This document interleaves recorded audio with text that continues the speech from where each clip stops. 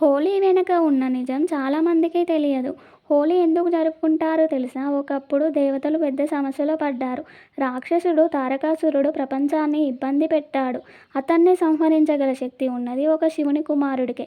కానీ శివుడు గాఢమైన తపస్సులో ఉన్నాడు. లోక విషయాలు ఆయనకు పట్టలేదు. దేవతలు ఆలోచించారు. శివుడు పార్వతి వివాహం కావాలి. అందుకే ప్రేమదేవుడు కామదేవుడు మన్మధుడిని పంపించారు.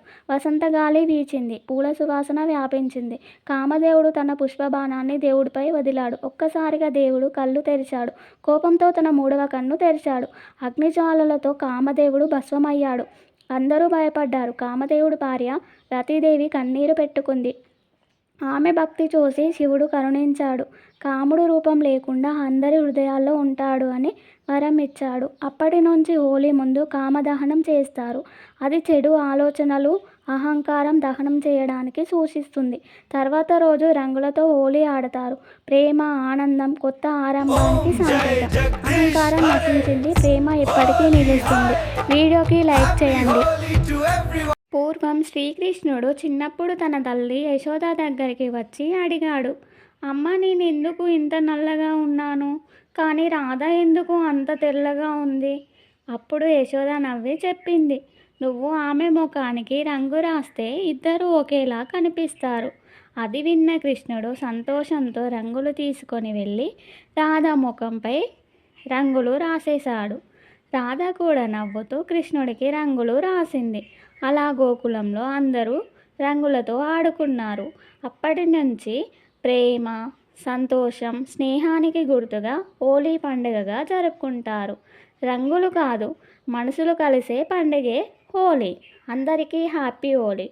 వీడియోకి లైక్ చేసి. పూర్వం గ్రామాలలో కెమికల్ రంగులు ఉండేవి కాదు. హోలీ ఎలా జరుపుకోవాలో అసలు ప్రజలకు తెలిసేదే కాదు. అప్పుడు ఒక వృద్ధుడు చెప్పాడు, ప్రకృతి మనకు రంగులు ఇచ్చింది. అతను అడవిలో ఉన్న ఒక మోదుగు చెట్టును చూపించాడు. ఆ చెట్టుకు ఎర్రగా అగ్నిలా మెరిసే పువ్వులతో నిండిపోయింది. పువ్వులను తెచ్చి నీళ్ళలో నానబెట్టారు.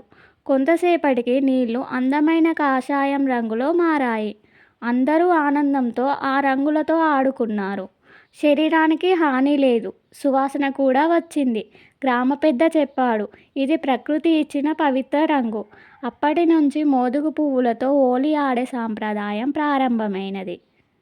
ప్రకృతి ఇచ్చిన రంగులే నిజమైన ఆనందం ఇస్తాయి. మీరు కూడా ఈ హోలీకి మోదుగు పువ్వులతో చేసిన రంగుతో ఆడుకోండి. వీడియో నచ్చితే లైక్, షేర్, సబ్స్క్రైబ్ చేయడం మర్చిపోకండి. హోలీ భారతదేశంలో జరుపుకునే రంగుల పండగ. ఇది ఆనందం, ప్రేమ, స్నేహం, మంచు చెడుపై గెలిచిన రోజుకు ప్రతీక. ఒకరిపై ఒకరు రంగులు చల్లుకుంటారు. పాత కోపాలు మరిచి స్నేహంగా కలుస్తారు.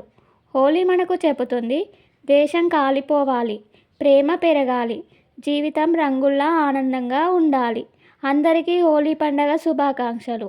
వీడియోకి లైక్ చేసి మీకు ఈ కథ ఎలా అనిపించిందో మీ అభిప్రాయం కామెంట్ రూపంలో తెలపండి.